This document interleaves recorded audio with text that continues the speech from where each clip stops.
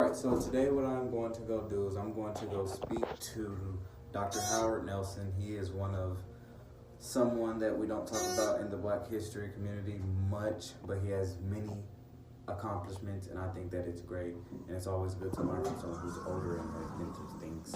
Here with Dr. Nelson, and here we are. Say hello? Hello. All right.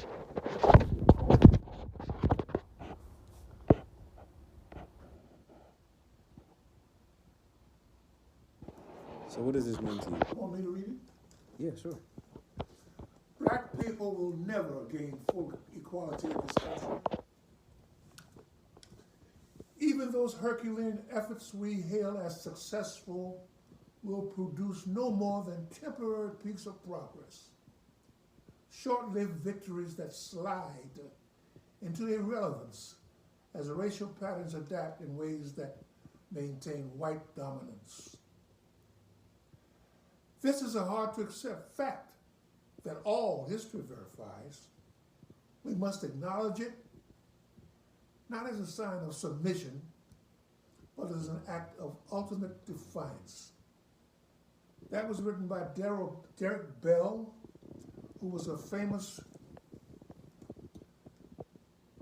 constitutional law teacher at Harvard University, who refused to hire any black female lawyers for the Harvard legal staff. He is the man who expresses everything I believe in. In understanding this, you must read every word and understand every thought he has there. But it's all there. Now,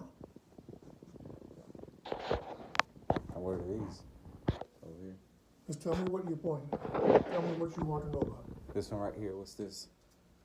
That's a plaque from the Missouri Dental Board for my period of when I was the chairman. Okay. This one? That's my college degree, my Bachelor of Arts from Howard. Howard Right? University. Okay. And then this And one? then that is a plaque awarded to me by the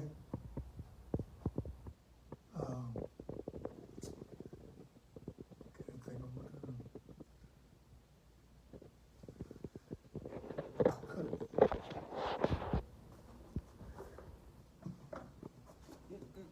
the Heart of America Dental Society. Okay. It's an honorary plaque. And then you said this one when you got locked up? Well, when That's you got the arrested? one in 1964, You say you were a activist, right? I'm an activist. I'm take action. Okay. That article up there 30 years later, sure he was right. right. That was take 30 years after the picture in the middle. Right. But that's crazy because I go to all these meetings, and like you were saying, that you are someone who doesn't do talking and more about action. And I go to all these meetings with the mayors and stuff about violence, and that's all it really is talking. And there's never really no. Unfortunately, that's what Kansas City is famous for, doing nothing, Right. not getting anything wrong. It produced very few people who are really activists who were, like Mayor Cleaver was the most important to me, but he was an activist. He did things, but he was not a local person. So what do you think about Mayor Quentin Lucas? The most local person who was an activist here was, I have to think of his name for you. I'll tell you in a moment. So what do you think about Mayor Quentin Lucas? Who? Mayor Quentin Lucas. I think he's on the right track. I voted for him, but I do not support in any way Martin Luther King changing it to a street. If we all want to honor a person, then we should do something that honors him. In America today, if you get on a plane and you go to any city and go to an airport and you ask him, where's Martin Luther King Street? And it will be a raggedy ass street where black people live. Yeah. It doesn't Make do any anyway. sense. We need to get something at the airport or some other demarcation that will honor the man rather than be for black people. So where did you get this? We need to influence white people. Black people will know about Martin Luther King, but we don't control anything. What do you think about this map? It says we find out where conditions are the worst. I have a map here. I have a map there. I believe in my part-time. I study the map. I learned where places are on the map. You want to know where Russia is. You want to know where Belarus is. You want to know where Argentina is. You want to know where the Arctic Sea is. So what does the quote mean? It says we find out where conditions are the worst, the places where others are not going, and that's where we want to be. Well, What that does that mean? was the thing of the people who made the map. Oh, okay. I just want all I want is the map. Oh, okay. This is a picture of my immediate family. That is I, and that is my son, Dr. Howard Nelson III. And the bottom, So you're a junior? I'm a junior, yes. The bottom picture there is my Dr. Stanley Earl Nelson. That is my brother in New York City. Okay. And that is my sister, Florence, and my daughter. That's my oldest brother, Ralph. Okay. And then there is this other picture with my daughter, me, my son, Daughter, daughter, yourself, me. brother, That's my son son, sorry. and his aunt.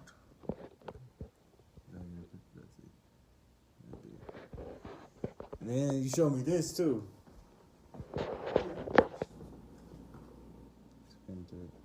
All right, so basically what it says. You can't read that, can you? You can't put that on. Yeah, I can. Do what you want with it. Alrighty.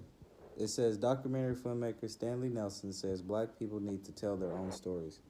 Documentary filmmaker Stanley Nelson Jr. may not be a household name in your household, but you know his work. Former NFL star Michael Vick, jazz icon Miles Davis, historically black colleges and universities, and the Black Panther Party for self-defense have all been viewed through Nelson's lens.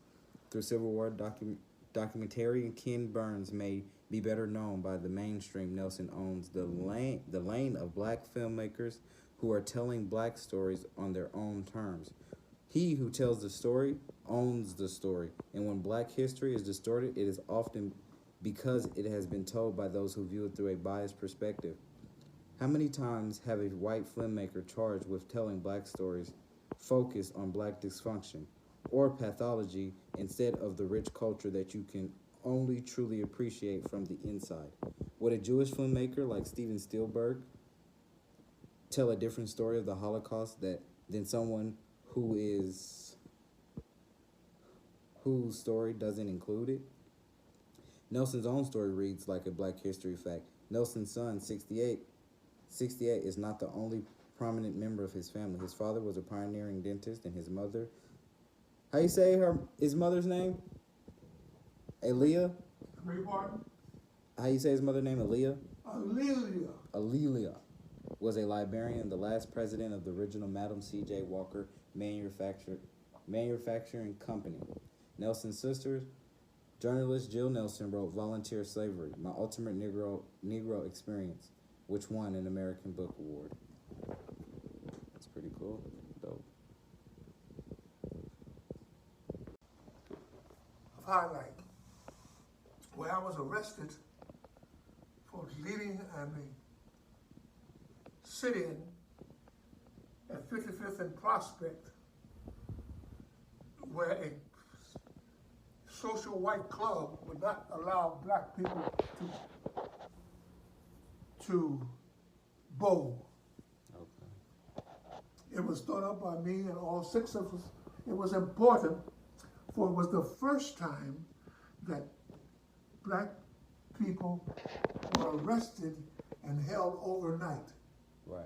The trick was, in the past, they arrested you when we demonstrated somewhere, but they took you down to the jailhouse or to jail, but you were released. We insisted that we spend the night in jail. And it was the first time that a group had ever done that. It garnered great attention for the core convention which was being held. What did you say CORE stood for? Congress of Racial Equality.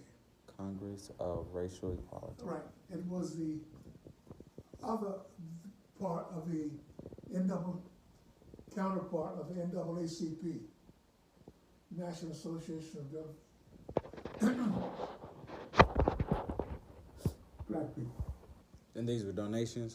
And Contributions? those are donations to the NAACP, which totaled like $1,500, but that was, my thinking was I could give money to the NAACP, but they moved too slow for me.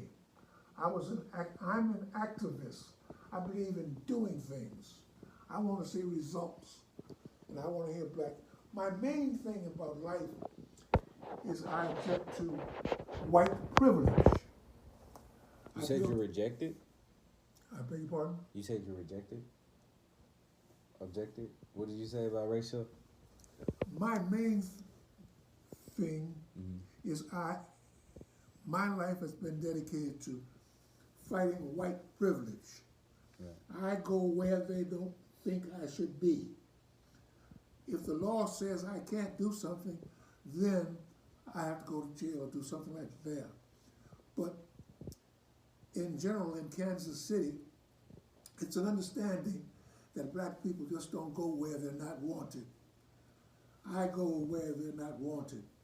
In fact, I built a home in in Overland Park, in an area that a black person had never built a home, at 103rd and between Knoll and. So you were on the Missouri Dental Board, right? Yes, I was there.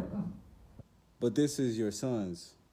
I was appointed by Governor Ashley Right. to the Missouri Dental Board, and what you're looking at there is my son, who was also a dentist, and graduated from Missouri Dental School in Kansas City, and my signature is on his license. That's why it's there. Right there. The other one on the top there is a plaque awarded to me by Mayor Sly James in 2017 as a Man of the Year, celebrating Black History Month. And the one beneath that is, I was a panelist in Martha's Vineyard at a summer meeting. I think this one's really dope. That's the one from, Sly James.